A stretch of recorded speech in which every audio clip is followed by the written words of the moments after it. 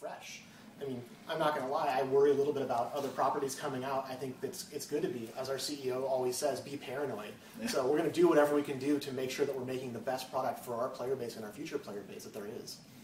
You know, I also think that, you know, a lot of great games have come out since we've been live, too, that people were asking us about a year ago. They say, well, what are you going to do when Skyrim comes out? What are you going to do when SWTOR comes out? And there's plenty of room in the marketplace for excellent games. Yeah. It doesn't have to be you just get one game. And so especially when you're talking about completely different gameplay experiences, I think the fact that we are as responsive to the community as we are, as willing to bring new gameplay into an existing game as we are, I think we're just going to keep growing because we're adding regions, like coming into Southeast Asia. We're doing a lot of things very right. And I think most right of all is we're listening to our fans.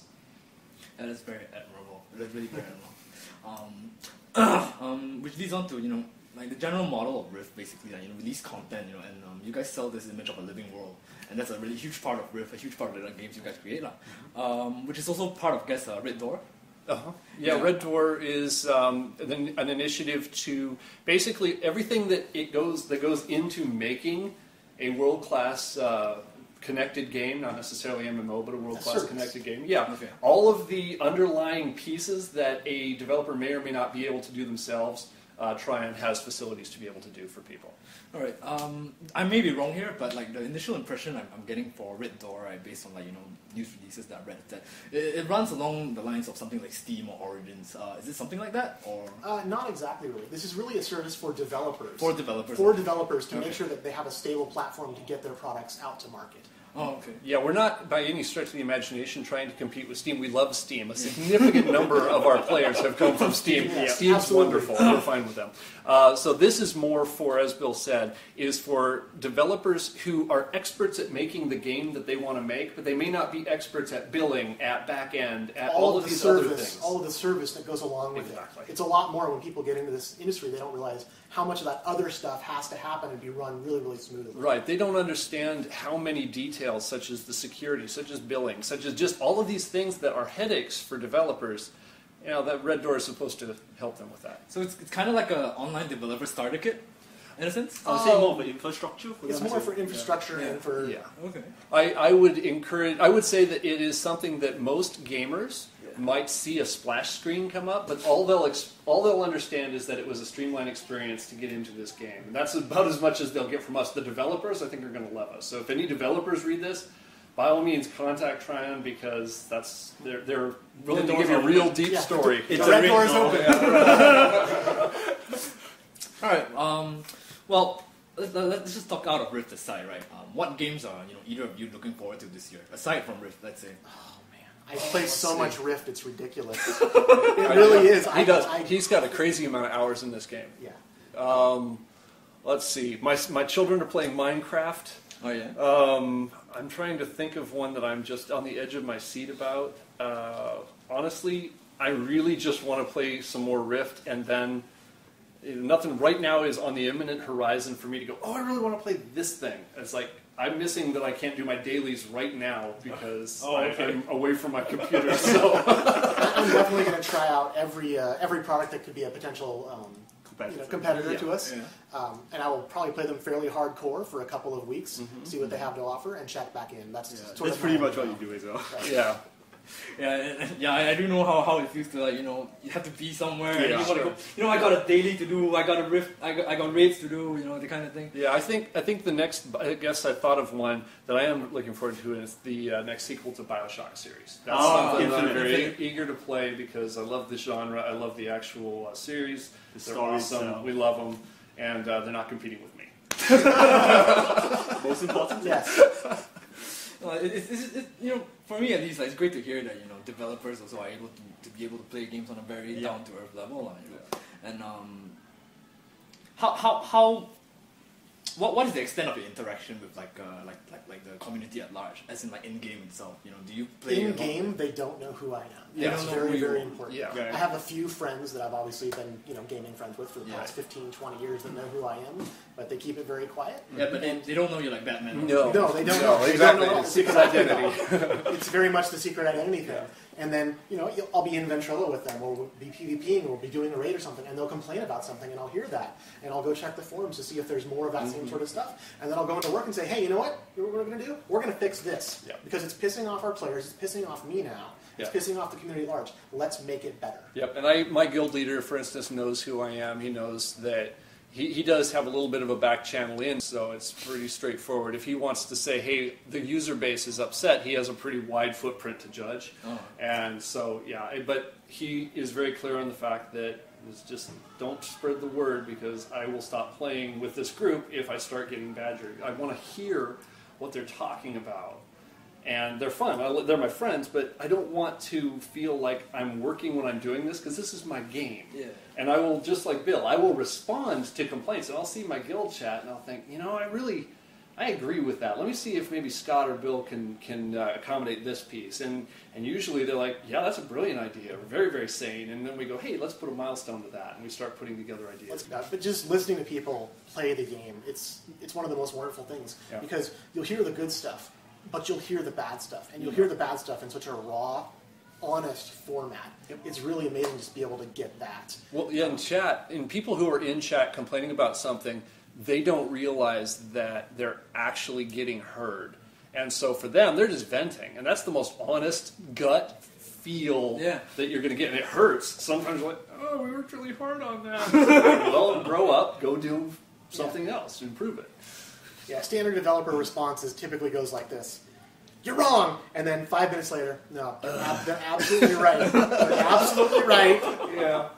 Yeah, that's right. It is. You have the human knee-jerk reaction, but we're the design team in particular, but Trion as a general rule, we're very rough on ourselves. When we give feedback, it's very blunt, and it can be cutting, because it's nowhere near as painful as letting something inferior make it out to the public and then get, scores of burning responses from that. And it's not worth it. So Brill and I would rather bruise each other with feedback and have an excellent product go out than soft soap each other and let something. Yeah, I'm never soft on anybody about stuff. I'm probably too harsh at times. I mean, I actually have a reputation for.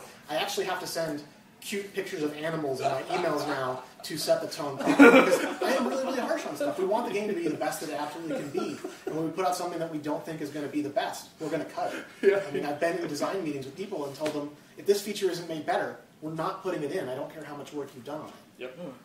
And this is something that permeates through anything Trion does. Yes, and the artists are on a chat. Actually chat too.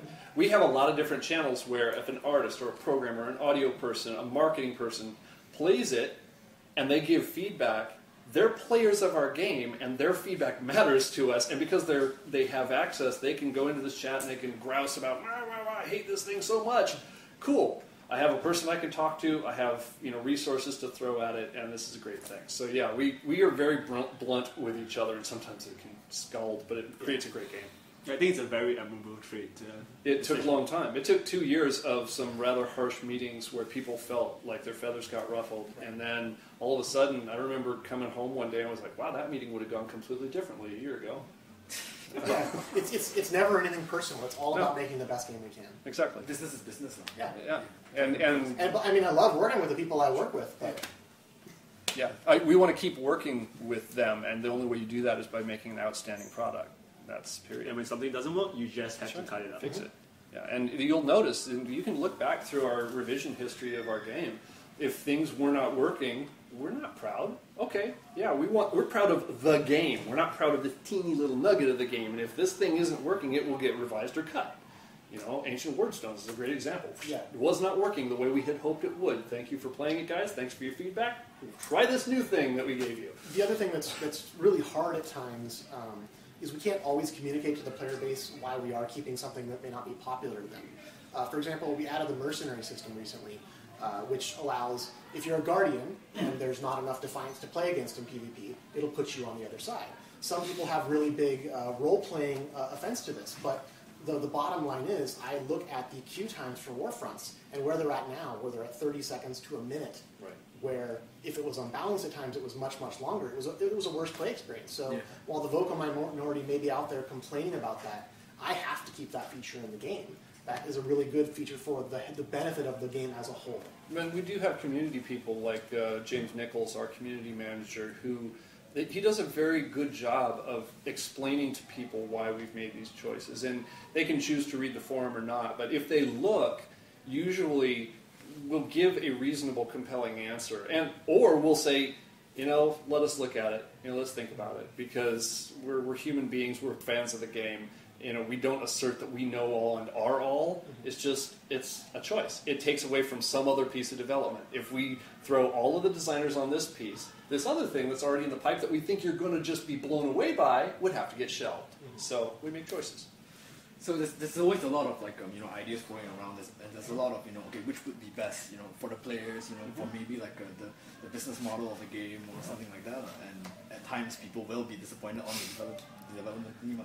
Well, some on development team. What we try and do, as Bill has mentioned earlier, is that when you say players, there's no such thing as players. There's a person that has this tendency today and this other tendency tomorrow, wants to PvP the third day and is going to go raid with his buddies on Thursdays, and each person falls into multiple groups, and we try and identify the groups and make sure that by giving a little bit to each of them, most people receive a benefit because they're a part of one group or another. And that's why we spread the love around. We make sure that we have created weddings for the role players. We create new... I saw that. Yeah, and it's funny because people either get that or they think we're insane. They do.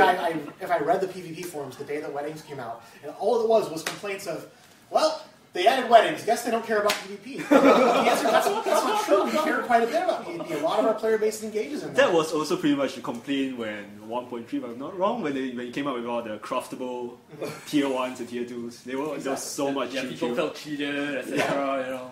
Yeah, and then 1.4 came out, and then it's PvP again. And then the raid people went like, what? No more raid content? Exactly.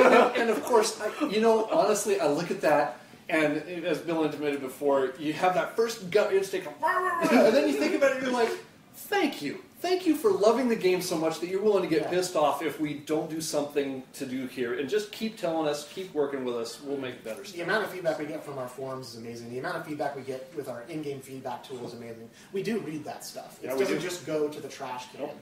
I'm not going to say that we read every single thread that's on the forum, but I'm there. I mean, you'll see me posting at 11 o'clock at night on a Friday when I should be out with my wife and playing the game. I'm there looking at that stuff. And it's not just Bill. It kind of goes throughout the entire team. We have junior designers who live and breathe in there. We have animators who are constantly in the forum feeding. They send me links all the time. They'll send it to Bill and I. It'll be like, hey, did you see this thread? No, we had not. Let's deal with this issue now. And because we've got all of these people who care passionately about the game, it's having spies everywhere. We see it all. Exactly. So what I'm hearing now, basically, it's really cool that you guys have a culture where communication goes back and forth, and you have feelers all over the place. Yeah. And so everybody basically has a similar mindset of we want to hear what the players have to say, and through that we want to improve the game. Yeah. So earlier I asked a question about what's next with Rift now. So as far as we know, Rift will continue for quite a while longer. Yeah. Beyond the MMO itself, are there plans to expand Rift in any other form? Maybe? I can't go into that, but that cannot we would love to have people excited about our game and want to see it in other formats. We've already stretched out to some degree. You've seen Rift Mobile, right? Well, we have the comic, but also we have the mobile device, which is simultaneously a fun little mini game, but it's also a way to communicate with your guild. And it spreads the concept of Rift outside of the MMO. We have the comic books. We have infinite number of weblogs and that sort of thing. So Rift, my ultimate goal is to turn Rift into a full IP and not just consider it as a MMO. But at this point, I don't have anything to tell you specifically. Yeah. Right now, our job is to focus on making sure that Rift is the best experience Rift can be. Yeah. That's very cool. Yeah. That's very cool. Well, I think you have nothing else to ask. No, not really. All right. Just before we end this on, just something more candid, like, Sure. Maybe just tell us a bit of what's the funniest thing that's happened to you in Rift? Because like for me, I've had one situation where we took 5 bars into an instance. cadence, and that was just hilarious. We made it through. It was all fine. Things and rage. Sure, we'll just play music all the way. Yeah, so my funniest thing was actually Bard related as well, because I'm leveling up my Bard. But I told you about the Carnival of the Ascendant, right? Yeah. So we have all these mini games, and one of them is you hop up and down on balloons, and you pop the balloons and you get a ticket, and then you take the quest again and you pop the balloons and you get a ticket. Well, the players figured out that if we're in a big group, we all share pops. So we have raids of 20 people hopping up and down in one place on a whole bunch of balloons and cashing in these tickets. And I'm sitting there looking at this, and I'm on a role-playing server, and so they're hopping up and down, and so is my Bard. I got out there and I started playing some music for them and dancing with them. I take credit for the fact that they didn't wipe on that raid. That was all me. What about you? For me, the funniest stuff is really just stuff that my guild does. It's just listening to them in Vent, in voice chat, and just being cracked up by all these different crazy people. I mean, I was playing the other day with a guy that didn't know how to work in Windows. It was like, how do you play Windows? Another lady that's like a PhD or something like that. And, just seeing all these different personalities meld together, and then they come together as a raid force every week as well. And then after that, people are just hanging out in Ventrilo after the fact, chatting away, making fun of the game, making fun of Trion, making fun of everything. Making fun of each other. Exactly, making fun of each other. It's just all the personalities and all the people. That's really what is just funny to me all the time. And that's just really cool about online gaming experiences. Yep, I've had games where I've had 2 killers. One's a 13-year-old girl singing songs off a radio. One's an 83-year-old grandma. Exactly. That kind of thing. So it's amazing. And I really want to thank you guys for putting out a game like that. Such great quality, great service. Thank you. I actually personally left the game because of guild issues, mismanagement. Come back! Yeah, sure. We have like 3 days in here, so we'll just give it a shot. Yeah, we'll just try what you guys have put out in the past couple of months. Dude, Yeah. I think right now we're running you can come back if you had a character before. I think you can come back right now for free. Was it like a week? Yeah, I think so. With Jump in. additional like 50%. Have you guys seen in Ember Isle? No, That was what we were running around in. Yeah. It's amazing. It's the best art of Surface World. It's great. If you can jump in and run around, just jump in there, run around, play some onslaughts. I was talking about the onslaughts before, and it's a new experience because you start playing with more and more people, and these onslaughts are hair raising because all of a sudden you've got 5 to 10 invasions coming over the hill at you, and you're working together and just sitting out there now. The thing that always happens is within a few seconds of an onslaught spinning up, you'll watch your group go boop, boop, boop, boop, boop, and all of a sudden it's a 20-person group, and you're hitting, your healers are doing their job. I was a warrior trying to tank. I was like, please someone heal me, please. Please, someone heal me, please. Thank you. And it works. It just falls together. It's amazing. It's actually funny because I'm out there. I was playing on a copy of my live character, not my real life character. I didn't want my name to be on it, just in case there's a picture taken. And I was out there and I was fighting the invasion. I was like, man, why am I playing like I'm playing my real character right now? I want this loot and I want this experience. I was in exactly the same way because I leveled. My character got another planar attunement level, Which is more initial leveling and ways to customize. And then we're walking away, and I looked at Bill. I was like, I got all excited, but I don't get to keep any of those things. We were pretty much feeling the same thing. soul to that thing, and then he got a plaque of achievement. I was like, oh yeah! Nice. I was so excited. I was just aggroing everything. Just, I'm so familiar with this. Let's do this. And then I'm like, Very nice. Thank you for your time. Thank you very much. I appreciate you guys coming in.